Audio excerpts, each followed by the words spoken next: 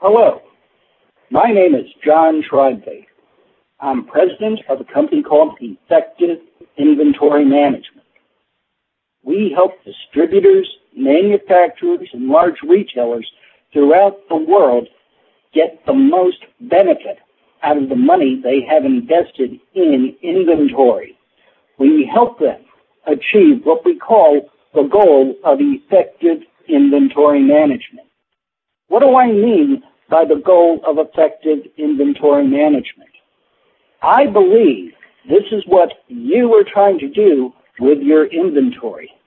First of all, meet or exceed your customers' expectations of product availability. That is the primary goal. If you don't meet or exceed your customers' expectations of product availability, if you don't have what they want when they want it, you're going to be out of business. But you want to do that in such a way that you will maximize your net profits. Now, maximizing net profits is very difficult today. As I said before, this is a very competitive world. We have competition coming at us from all angles. Now, the title of this webinar deals with margins. What do I mean by gross margins? Well, a gross margin is typically defined as your profit dollars. That's sales dollars minus cost of goods sold dollars divided by sales dollars. But, as I say at the top of this slide, can you really base your profitability on gross margins? I'm going to suggest to you that you can't do this because gross margins don't vary as your amount of inventory increases or decreases. You don't see inventory value in this gross margin equation. Let's look at an example. I have an item. Last year we had sales of $10,000. Cost of goods sold, that's what we paid for the material, was $6,000. So we made a $4,000 profit. If we divide $4,000 by $10,000, that's a 40% gross margin.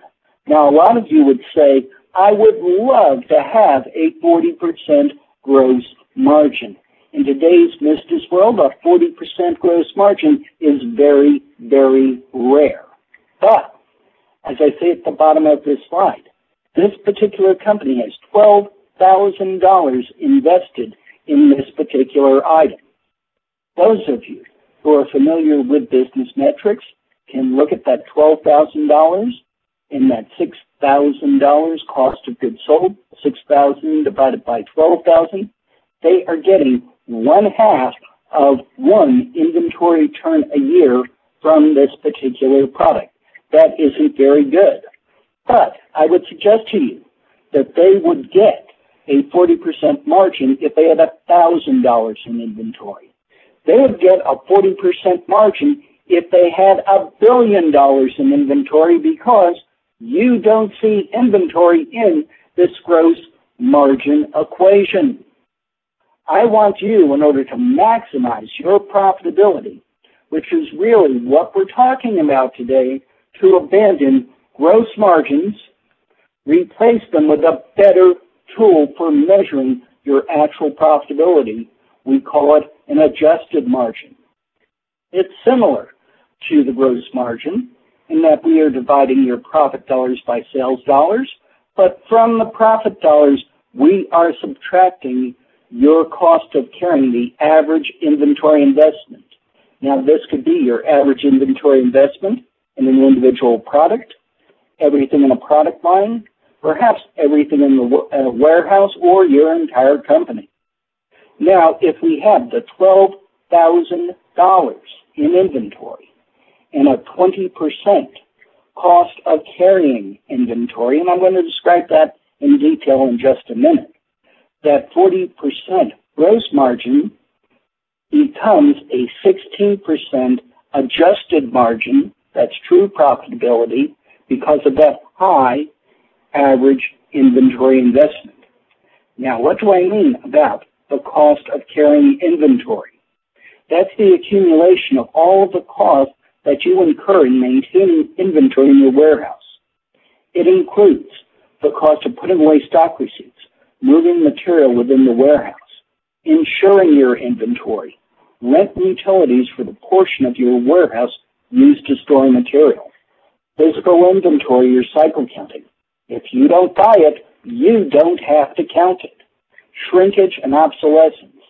If you don't buy it, it cannot become obsolete. It cannot be stolen or pilfered out of your warehouse. In today's world, where interest rates are fairly low, shrinkage and obsolescence is the biggest component for most companies in their cost of carrying inventory. You don't believe me? How much dead stock do you have right now in your warehouse? Every time you buy something, there is the risk. It can't be sold or used, or it might be pilfered or broken. Okay? Finally, we have the opportunity cost of the money invested in inventory. If you're borrowing money to finance your inventory, this is your interest expense. If you're paying for your inventory out of corporate funds, this is what that money could earn in an alternative investment. If you want to look at it this way, all of your warehousing costs can be divided between the costs of maintaining inventory in your warehouse and the cost of filling orders. We can take all of those components of the carrying cost and divide it by your average inventory investment. Now, in today's world, a typical cost of carrying inventory is anywhere from 16 to 23%, meaning it costs somewhere between 16 and 23 cents to maintain a dollar's worth of inventory in your warehouse for an entire year. If, let's say, you had a 16% cost of carrying inventory, that means it costs 16 cents to maintain a dollar's worth of inventory in your warehouse for an entire year. If you turn your inventory over 4 times, each of those sales has to absorb 1/4 of that 16 cents on the dollar's worth of inventory, or 4%. If we can manage your carrying costs, you're going to lower your overall costs and increase your profitability, increase your margins. For this reason, it is critical that you know what it costs you to maintain inventory in your warehouse. As an absolute free service, if you go to our website, www.effectiveinventory.com, on the left-hand side, you see a button about 2/3 the way down that says carrying cost. Hit that button, you'll get a questionnaire that will help you to determine what your cost of carrying inventory is. If you send us that questionnaire, we'll evaluate it and tell you if your cost of carrying inventory is high, low, or just right for a firm in your industry, in your geographic region. This is a free service, and I encourage you to do it. Now, I want to compare that adjusted margin to a gross margin to show you that by reducing your average inventory investment, you can raise your profitability. I have an item. We had sales last year of $1,000, gross profit of $150. 150 divided by 1,000, that's a 15% gross margin. Let's say our cost of carrying inventory was 20%. As you can see on this slide, as the average inventory investment goes up from $250 to $750, the resulting adjusted margin decreases. At one point, it gets down to 0. I have seen many instances where companies have had a high gross margin, but actually a negative adjusted gross margin because they're carrying too much inventory. We need to move inventory through your warehouse. We need to increase turnover. But the question always comes up. How do we know when we're making money? What is the minimum adjusted margin that we should accept? Well, easy to figure out. We have another measurement that we call a NAV-X. That stands for non-inventory related expense percentage. I developed this. I can call it anything I want to. I call it a NAV-X. Your adjusted margin has to be greater than the NAV-X for you to be making money. Now, a lot of you are thinking, what the heck is a NAV-X? Not that hard to understand. If we look at a general ledger report that'll come out of your system called a profit and loss statement, some of you may call it an income statement, you'll see it basically has three sections: income or sales, all of your expenses, and down at the bottom, hopefully, some net profit. All of your expenses can be divided into inventory-related expenses or non-inventory-related expenses. They're inventory-related expenses if you use them in filling out that carrying cost questionnaire, if they're related to the cost of maintaining inventory in your warehouse. Everything else is a non-inventory-related expense. We add up all of those non-inventory-related expenses divided by your sales, we will get your NAV-X. Typically, the NAV-X is going to be somewhere between 7 and 9%, meaning for you to be making money, you probably need an adjusted margin greater than 70%. If your adjusted margin is greater than the NAV-X, we say you're looking at good inventory. Making money is good. But if the adjusted margin is less than the NAV-X, you're losing money. You're looking at what I'm going to call bad or ugly inventory. Yes, you can compare your inventory to a Clint Eastwood movie. You have the good, you have the bad, and unfortunately, you probably have the ugly. As I said before, making money is good. But what happens when you lose money? What happens when your other expenses, when the NAV-X is greater than your adjusted margin? What is the difference between bad and ugly inventory? Well, bad inventory is a situation where you're losing money, but the money-losing item can be combined with other items, and you show a profit. You've probably heard people in your organization say, if we didn't carry this, I couldn't sell that. I'm losing money on the first item, the this. But that has to be profitable enough to carry that money-losing item. If it is, that money-losing item is bad inventory. It is a necessary evil. I'm carrying it, but it leads to other profitable sales. Now, ugly inventory is something that you're carrying that is unprofitable and does not lead to any other profitable sale. It's ugly. I don't know any reason why you would want to have any ugly inventory in your warehouse. As I say, ugly inventory is anything that isn't good or bad. Okay? Now, if we had an ugly item or a bad item, a money-losing item, we need to combine that with the items it supports. Here I have, on the left-hand side of your slide, a bad or ugly item. I'm losing money on this product. Last year, I had sales of $500, cost of goods sold of $400. I was making a $100 gross profit. Okay? The average inventory for this product was $500.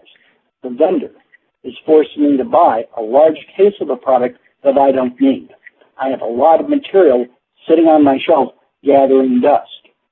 I might say to my sales force, I want to get rid of this product.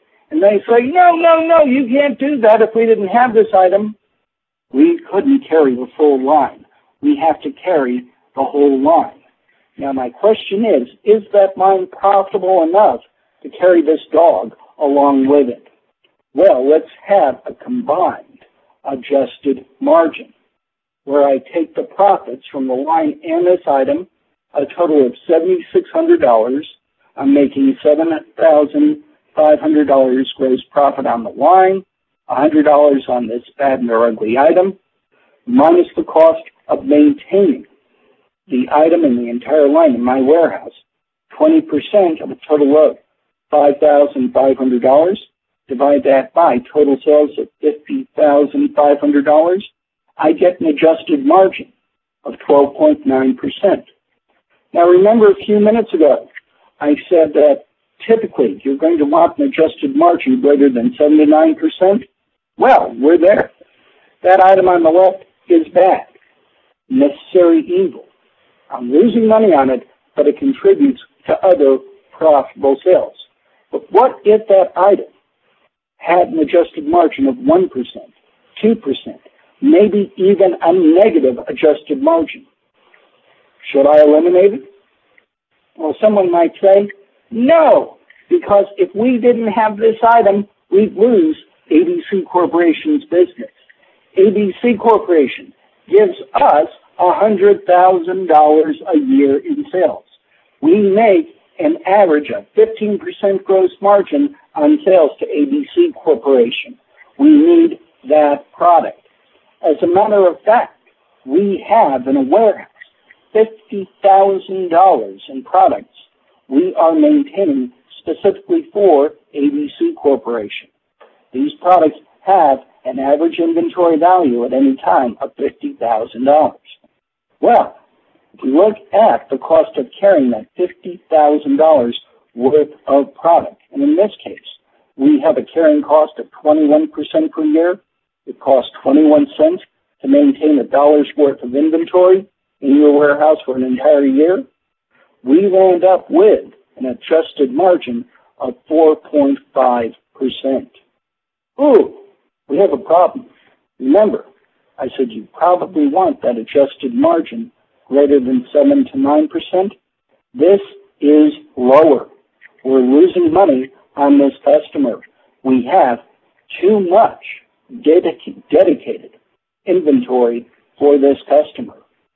We either need to lower that $50,000 of dedicated inventory, which may in fact be consigned at their facility, or increase that $15,000 in gross profit dollars to make this situation better.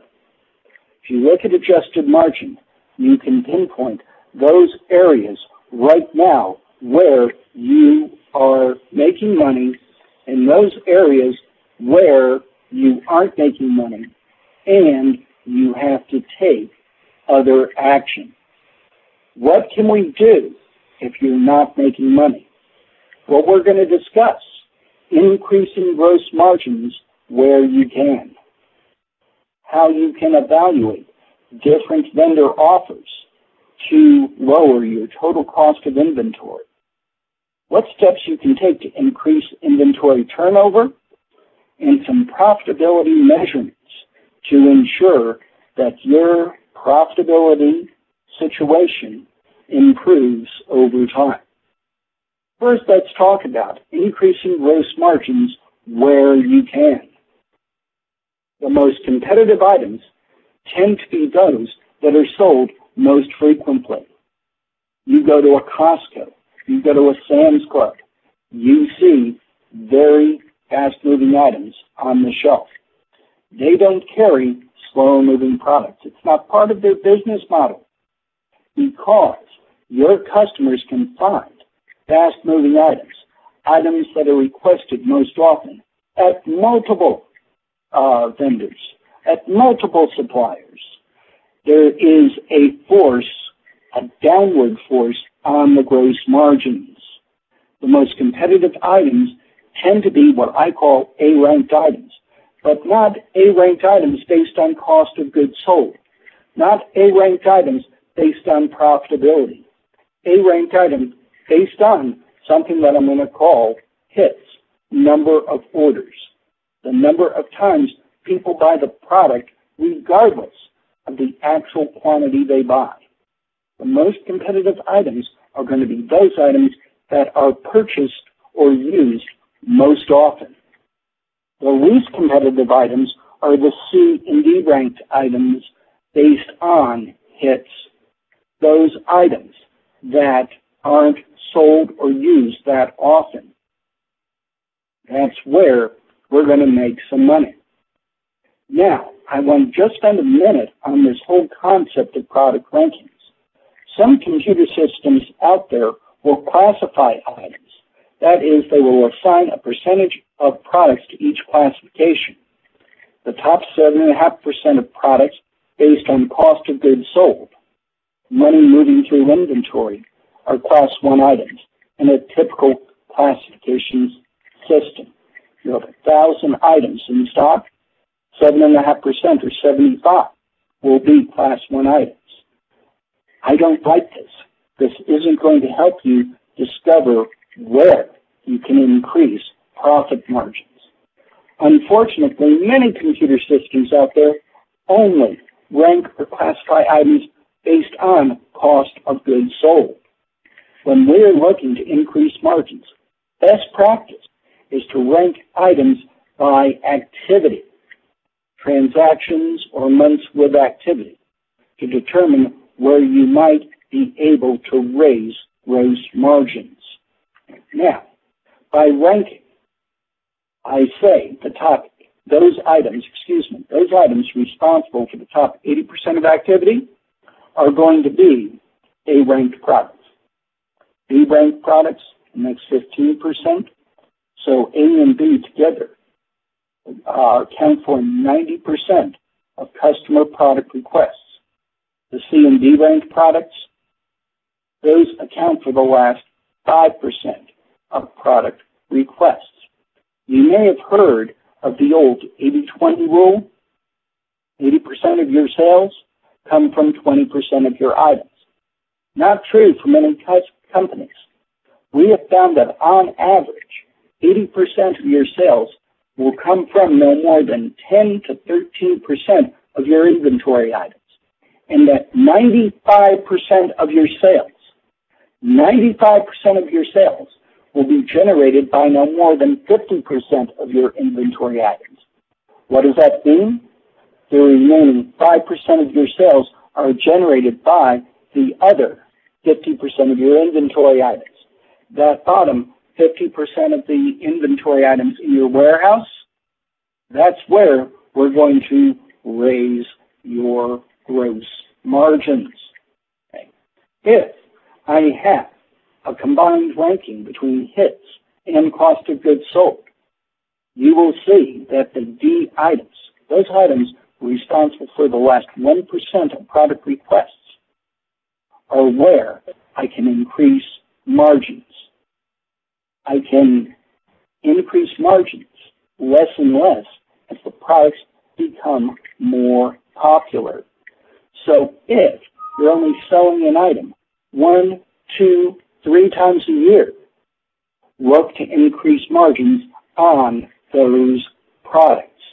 Okay? Avoid uniform margins across all items in a product line. Okay?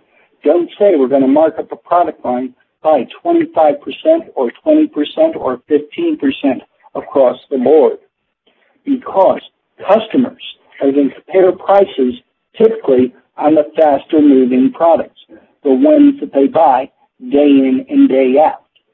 Okay? Not all of your competitors are going to carry the entire line. As I said before, Costco, Sam's Club, great big national distributors tend not to carry the slow-moving products, particularly in every location. And if a customer needs one of those slow-moving items in an emergency, they're not likely to shop around for the best price. This is called classifying your inventory to maximize your profitability on every item that you sell. Now, Can you raise your profitability by taking advantage of vendor offers? Well, it depends. If you didn't have costs other than what you paid the vendor, you would always want to buy so that you got the lowest unit cost to maximize your profitability. Here I have a vendor, and they're giving me several offers, several price breaks. The more I buy, the bigger the discount. See here, if I buy $5,000 worth of the product, I'm going to get a 7.5% discount, which means I won't be paying $1 for $1 worth of material. I'll be paying 92.5 cents for $1 worth of material. Is that my best buy quantity? Is that the quantity that's going to maximize my profitability? Well, let's look at this situation. We have to go back and look again at our cost of carrying inventory, the cost of maintaining that shipment in my warehouse during the entire time that it takes to sell that product. This can be an objective decision. Let's say that I was selling $750 worth of this product every month. Okay? That means $1,000 would be a 1.3 month supply. $2,500 would be a 3.1 month supply. And $5,000 if I were selling $750 per month. That would be a 6.2 month supply. To get my total carrying cost, also known as my total K cost, as you see at the bottom of the screen, I will multiply the month supply, how long it's going to take me to sell each of those purchase quantities, times the average inventory investment I will have during the time it takes me to sell each of those purchase quantities, times the carrying cost per month. Now, that carrying cost per month is my annual carrying cost divided by 12. So if I have a 21% annual carrying cost, as I do in this example, my monthly carrying cost will be 1.75%.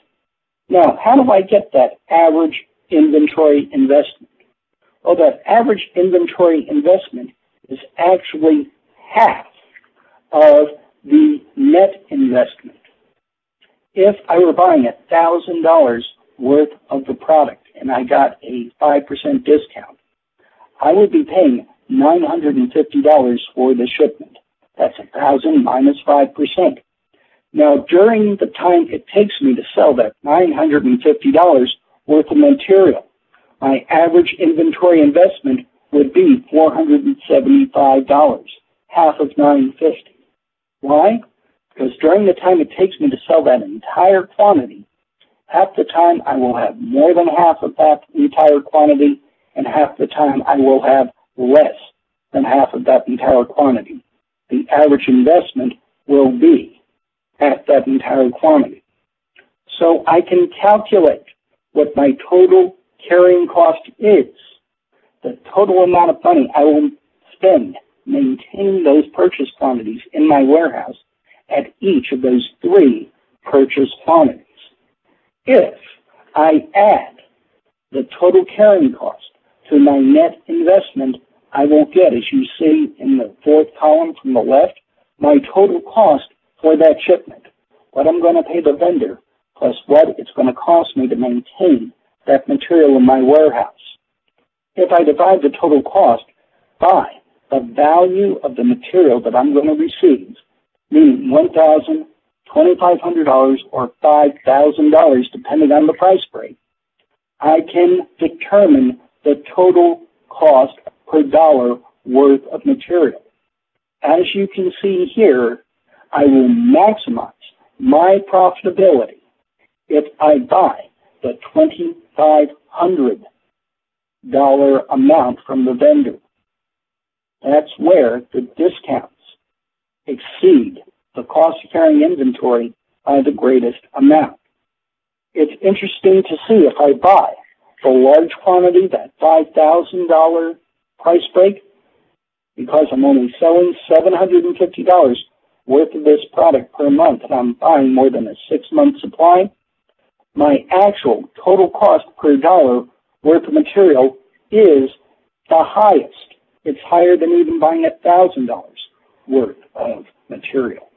This is an objective decision that you can make whenever you have decisions to make. This leads us to a very valuable discussion of your economic order quantity. Your economic order quantity, the EOQ, is designed to minimize the total cost of inventory.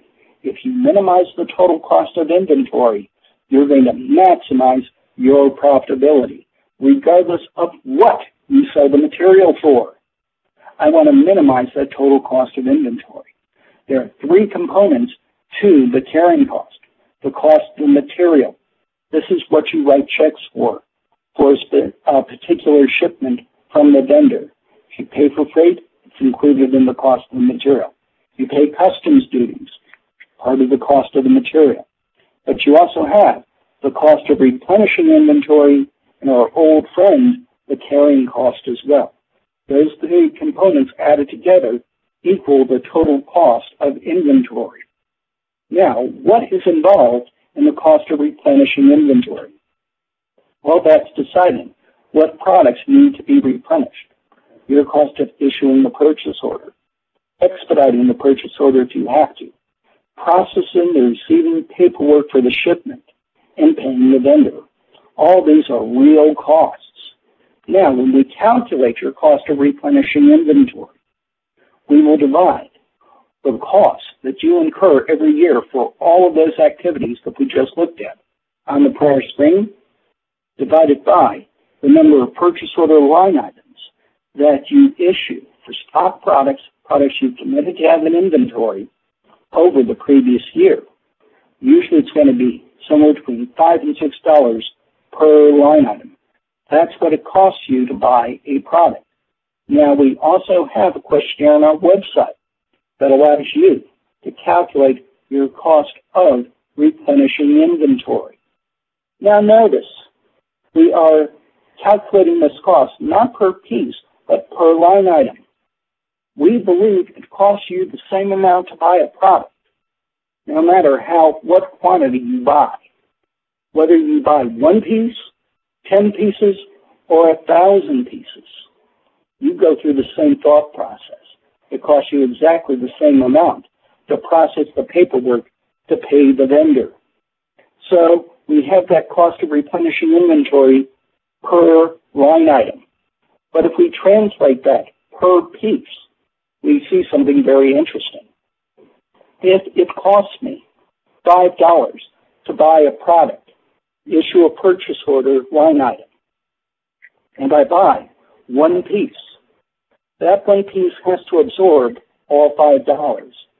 But if I buy 5 pieces, I still have that $5 cost of replenishing inventory.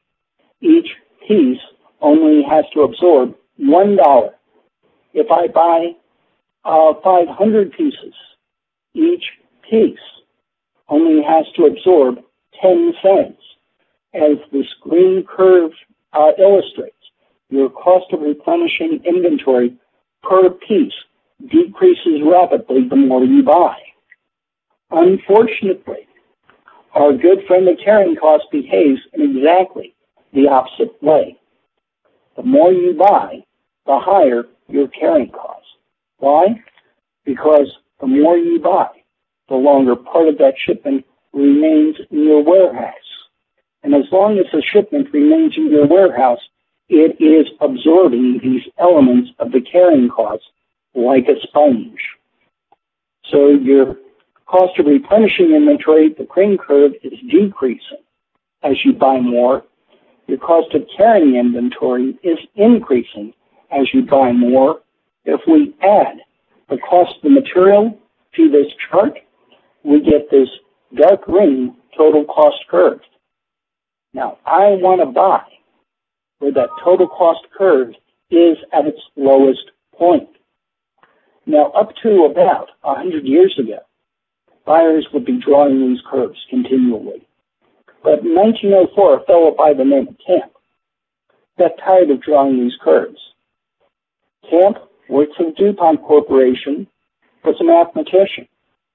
He determined where that total cost curve was at its lowest point and developed a mathematical formula to determine the quantity associated with that total cost curve being at its lowest point.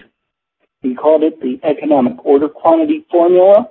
You see it on this slide. It is the square root of 24 times the cost of replenishing inventory times monthly demand divided by your cost of carrying inventory times the unit cost. That unit cost is a replacement or landed cost per piece. Now, I have good news for you. You don't have to memorize this square root formula. Computer systems calculate the EOQ for you. All I want you to be able to do to maximize your profitability is be able to interpret the results of the EOQ equation.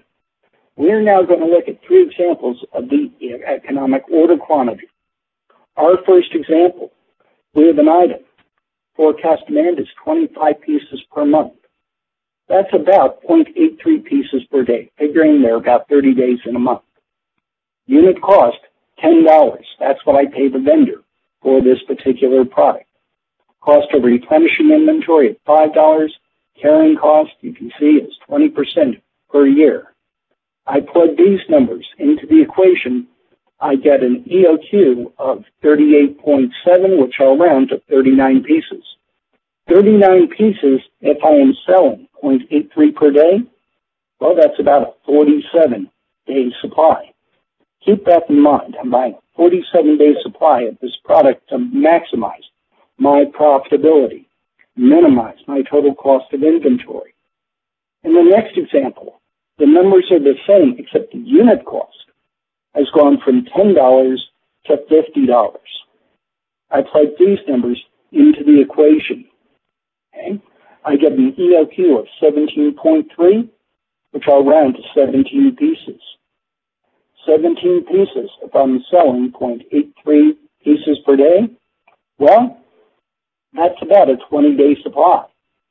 Now, in the first example, I was buying a 47-day supply. Second example, I'm buying a 20-day supply. Does the EOQ vary with the cost of the item? Remember, I went from a $10 cost to a $50 cost. Well, let's look at a situation where we have a very inexpensive product. In this third example, the unit cost is 10 cents. We've gone from $10 to $50 down to 10 cents. But here the forecast is no longer 25 pieces per month. It's now 2,500 pieces per month or 83 pieces per day. If I plug these numbers into the EOQ equation, and if you look at it, at one point I have to take the square root of 15 million. Aren't you glad I said you didn't have to know how to do this math? You just have to be able to interpret the results. I get an economic order quantity of 3,873 pieces. Okay? 3,873 pieces. If I am selling or using 83 pieces per day, that's a 47-day supply. Now, wait a minute. I was buying a 47-day supply on the first example when the unit cost was $10. And I'm buying a 47-day supply when the unit cost is 10 cents. The EOQ doesn't vary by the unit cost of the item.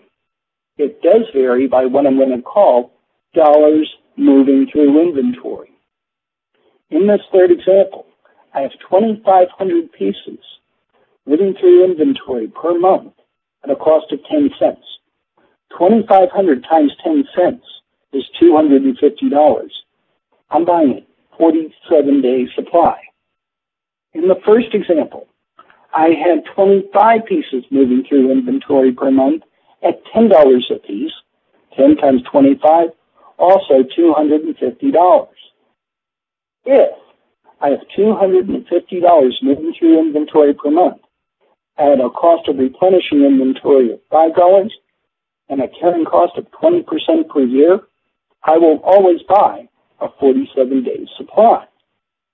Now, in that second example, where the unit cost was $50, 25 times 50 is $1,250, 5 times what the dollars moving through inventory were in examples 1 and 3.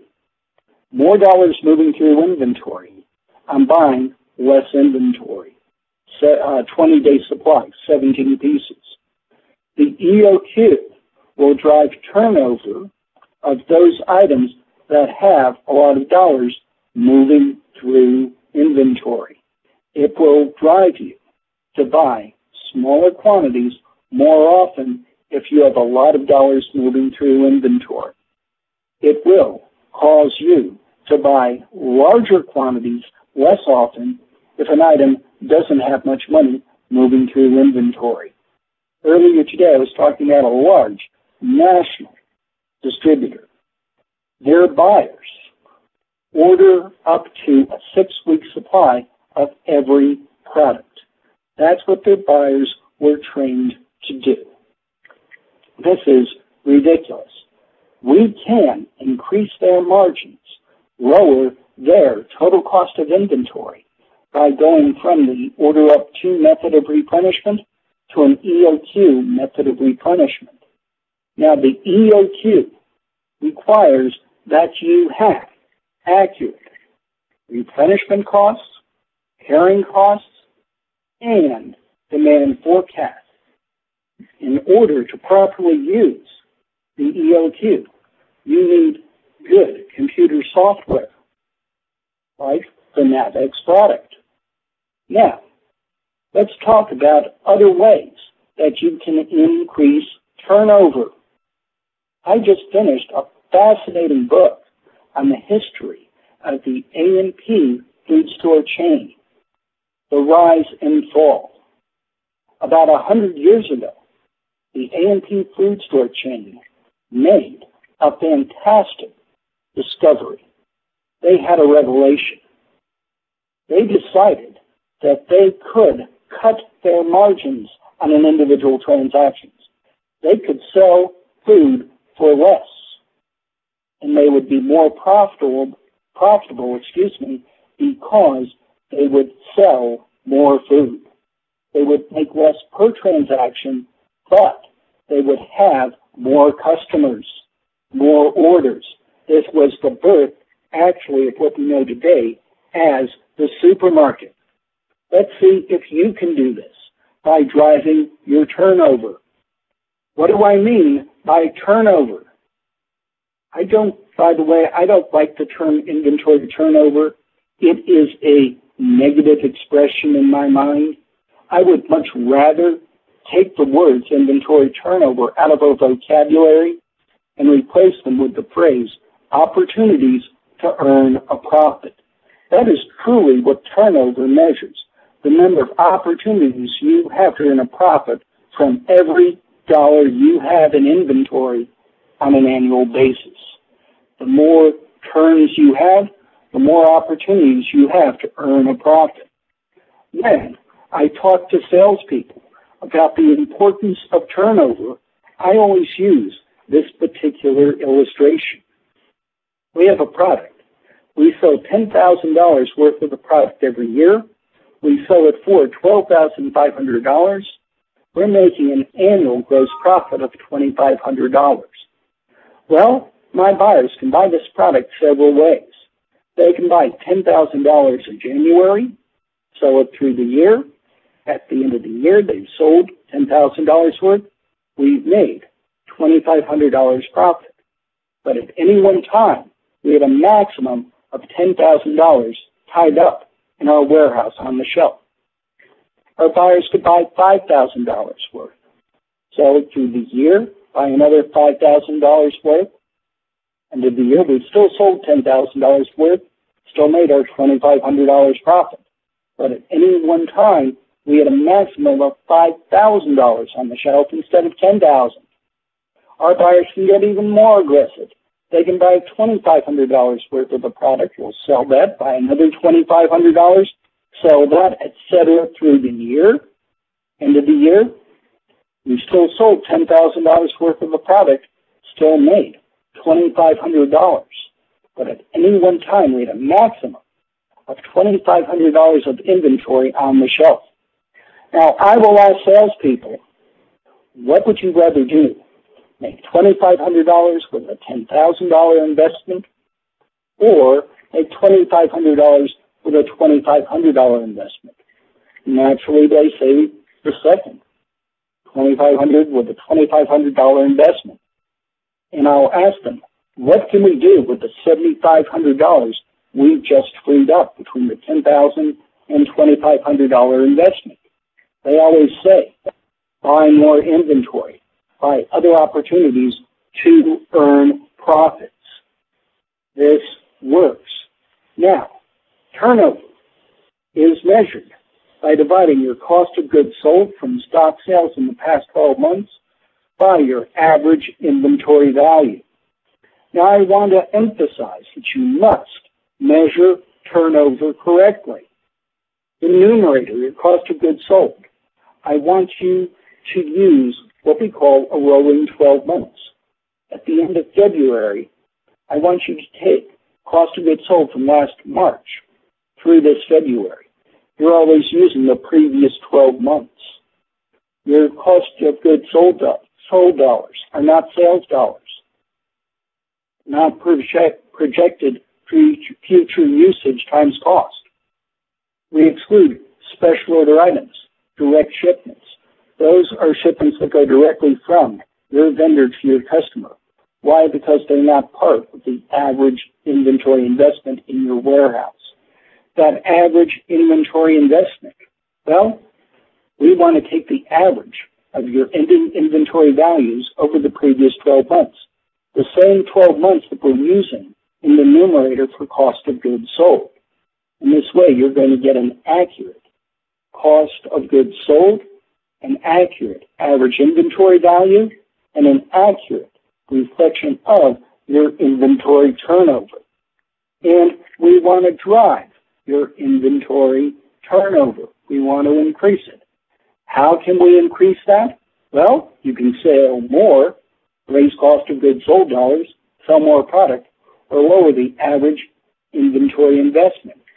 Today's business climate, it's often easier to lower your average inventory investment, look for ways to do that, than look for more sales. Buy smaller quantities more often, back to your economic order quantities. You also need to know what we call the order or review cycle for each major vendor line. Now, the order or review cycle, again, often misinterpreted. That's not how often you look at a product line. That is how often you typically can receive shipments from your primary source of supply. The average amount of time necessary to sell, transfer, or otherwise use enough of the vendor's products to achieve what we call their target order requirement. That target order is what you need to buy to get the terms or discounts that allow you to sell the vendor's products competitively. I want you, for each of your major lines, to calculate your order cycle, your review cycle. Take the purchases over the previous 12 months. Divide it by that target order requirement.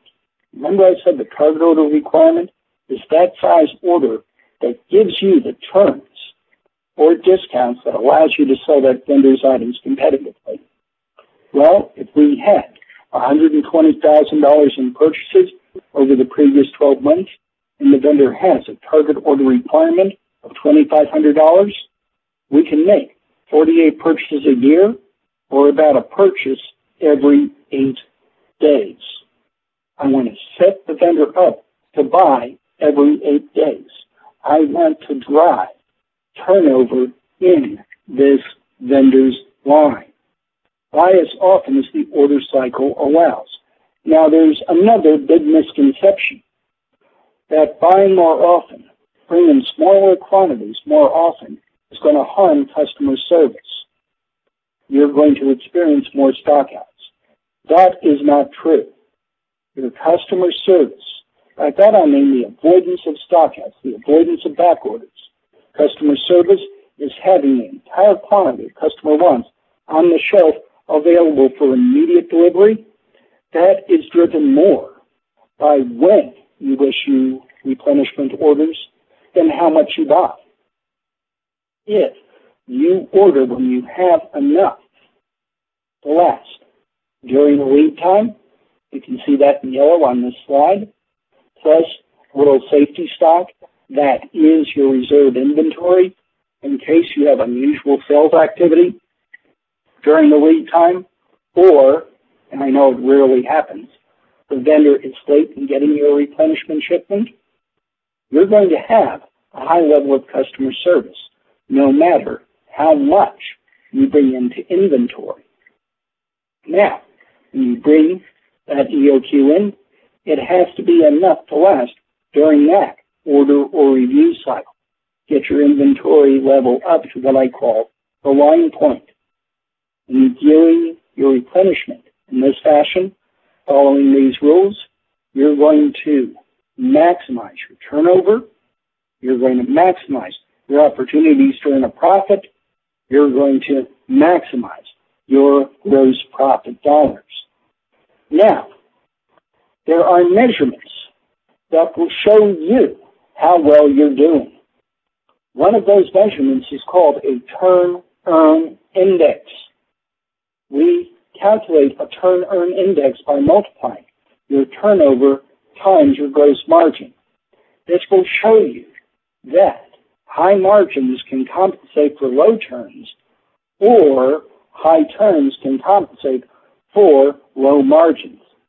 If I have 6 turns at a 20% margin, that's a 120 turn-earn index. I get the same turn-earn index at 10 turns, and that actually on the slide should be a 12% gross margin. 10 times 12 is 120. Okay? Now, there is another measurement, equally good, called GMROI, or gross margin return on investment. Using the GMROI, we divide your gross profit dollars by your average inventory investment. This measures your profitability like the turn-earn index does, but it does it on a different scale, sort of like Fahrenheit and centigrade temperatures. Fahrenheit temperatures are higher than centigrade. 75 degrees Fahrenheit is exactly the same temperature as 25 degrees centigrade, it's no warmer. If we measure your GMROI and your turn-earn index using the same numbers, the GMROI will always be higher. If we have sales of $2,000, cost of goods sold of $1,500, and average inventory of $250, we will calculate a turn-earn index of 150, a GMROI of 200. Now, people always ask me, what should their goals be? Well, if you want to be in the top 50% of distributors, you want a turn-earn index overall of at least 120. That might be 6 turns at a 20% margin, or a GMROI of 150. Okay? That'll get you into the top half of distributors. If you want to get into the upper quartile, you need a turn-earn index of 150. That might be 10 turns at a 15% margin. 10 times 15 is 150. That's the equivalent of a GMROI of 200. If you want to be in the elite 10%, the upper 10% as far as profitability goes among distributors, you want a turn-earn index of 180. That might be 9 turns at a 20% margin, or a GMROI of 223. I don't care if you measure the turn-earn index or GMROI. Just be consistent. And when you compare your results to other companies, understand whether they're measuring the Turn-Earn Index or GMROI. Now, we've covered a lot in the past hour, a lot about improving not only your margins, but more importantly, your profitability. Understand that maximizing your net profits, not your gross margins, is your goal. You want to make money. How do you do this? Well, you identify where you can increase margins to increase profitability. The slower moving products, the products that are requested less often, are probably your best opportunity to increase your gross margins, your profit per transaction. Purchase economic order quantities to minimize the total cost of inventory. If you minimize your total cost, you're going to maximize your profitability regardless of what you sell material for. Buy more frequently to lower your average inventory value or your average inventory investment. Every time you turn your inventory over is another opportunity for you to earn a profit, another opportunity for you to add to your bottom line. Understand the Turn-Earn Index, GMROI. Set up some goals, set up some profitability goals, and measure your progress every month. Now, as I said, we have covered a ton of material in the past hour. All of it is designed to allow you to achieve the goal of effective inventory management, meeting or exceeding your customers' expectations of product availability. But as you do that, you are going to maximize your net profit. You will prosper in these challenging economic times. If you have questions, please let me know. On your screen right now, you see my email address, our phone number. Please go to our website, sign up for our monthly newsletter. That'll give you more ideas for increasing the profitability of your inventory. Look at good software like the NAV-X system. You will be successful. On that note, I want to say I hope you have a good day. It's been a pleasure talking to you, and I look forward to getting together again in our next webinar. Bye-bye.